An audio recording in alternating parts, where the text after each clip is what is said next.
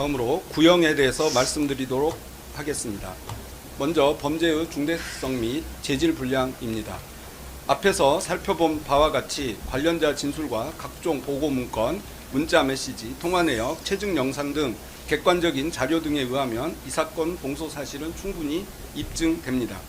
이 사건 범행은 피고인이 자신의 범행을 은폐하거나 정당화하기 위해 직권을 남용하고 국가 기관을 사유화한 것으로 중대한 범죄임에도 피고인은 본건 범행에 대해 대수롭지 않은 듯한 태도를 보이며 이런 정도의 행위로 대통령을 구속하는 것은 유치하다고까지 주장하고 있습니다.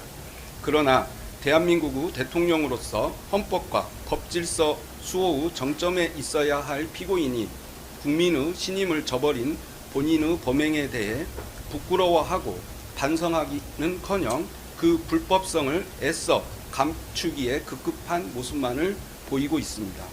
오히려 피고인은 수사기관의 수사권이나 법원의 재판 관할, 입법 수집 증거 등과 관련된 주장을 하며 교묘한 법기술을 내세워 사건의 본질을 흐리고 형사처벌을 면해보려는 시도만 하고 있습니다. 대한민국은 민주공화국이고 모든 권력은 국민으로부터 나오며 대통령의 권한 역시 국민으로부터 부여받은 것으로 권력 분립의 원칙에 따라 입법부, 사법부의 견제와 통제를 받고 행정부 내에서도 각종 절차와 기능에 따라 견제와 통제를 받는 것이 마땅합니다. 우리 헌법은 행정부 내에서의 대통령 권한 행사 통제 장치로 국민의 기본권에 중대한 영향을 미치는 사항에 대한 국무회의 심의 제도와 대통령의 국법상 행위에 대한 문서주의 및 부서주의를 규정하고 있습니다.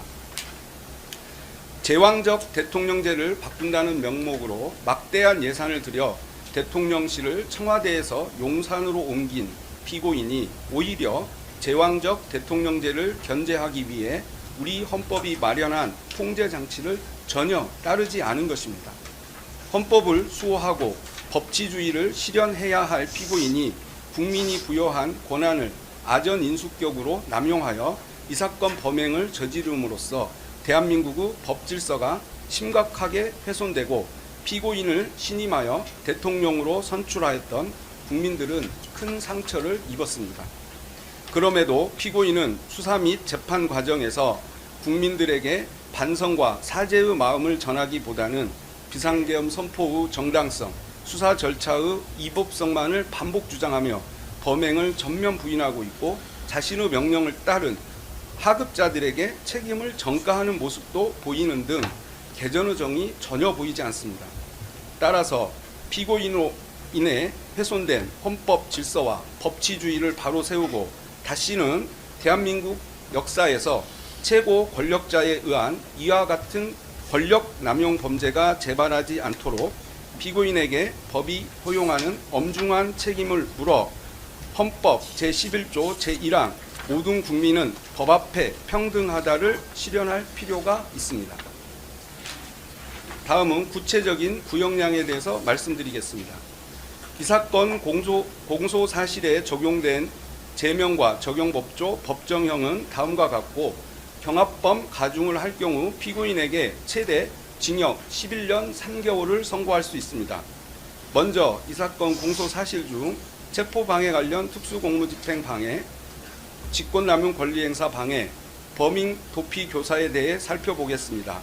이들 죄는 상상적 경합 관계에 있기 때문에 가장 법정형이 중한 특수공무집행 방해를 중심으로 검토하겠습니다.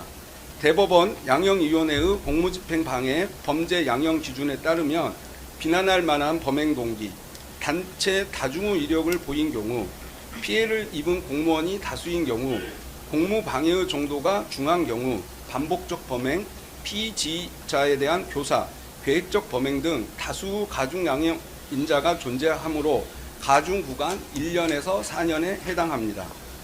더욱이 이 사건 특수공무집행 범행은 국가 원수를 경호하기 위해 강력한 화기로 중무장한 대통령 경호처 소속 공무원들을 사병화하여 재판의 집행인 법관이 발부한 영장의 집행을 물리력을 동원해 조직적으로 저지하도록 한 것으로 전례 없는 공무집행 형태라는 점이 고려되어야 합니다. 따라서 체포방해 관련 범행의 경우 피고인에 대하여 보다 엄중한 책임을 묻지 않을 수 없으므로 양형위원회의 양형구간 1년에서 4년보다 중한 징역 5년을 선고함이 타당하다고 판단됩니다. 다음으로 국무위원 심의권 침해, 허위 공보, 비합본 현출 방해 관련 직권남용 권리행사 방해, 대통령 경호법 위반 교사 범행에 대해 살펴보겠습니다.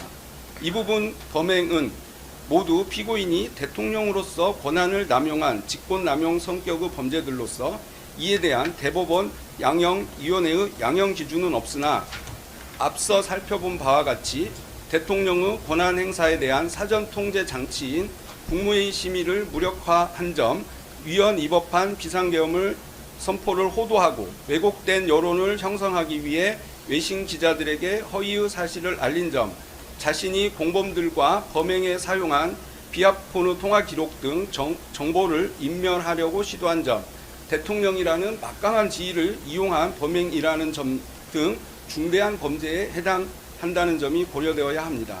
따라서 이와 같은 점들과 법정형 등을 고려할 때 이들 범행에 대하여 징역 3년을 선고함이 타당하다고 판단됩니다.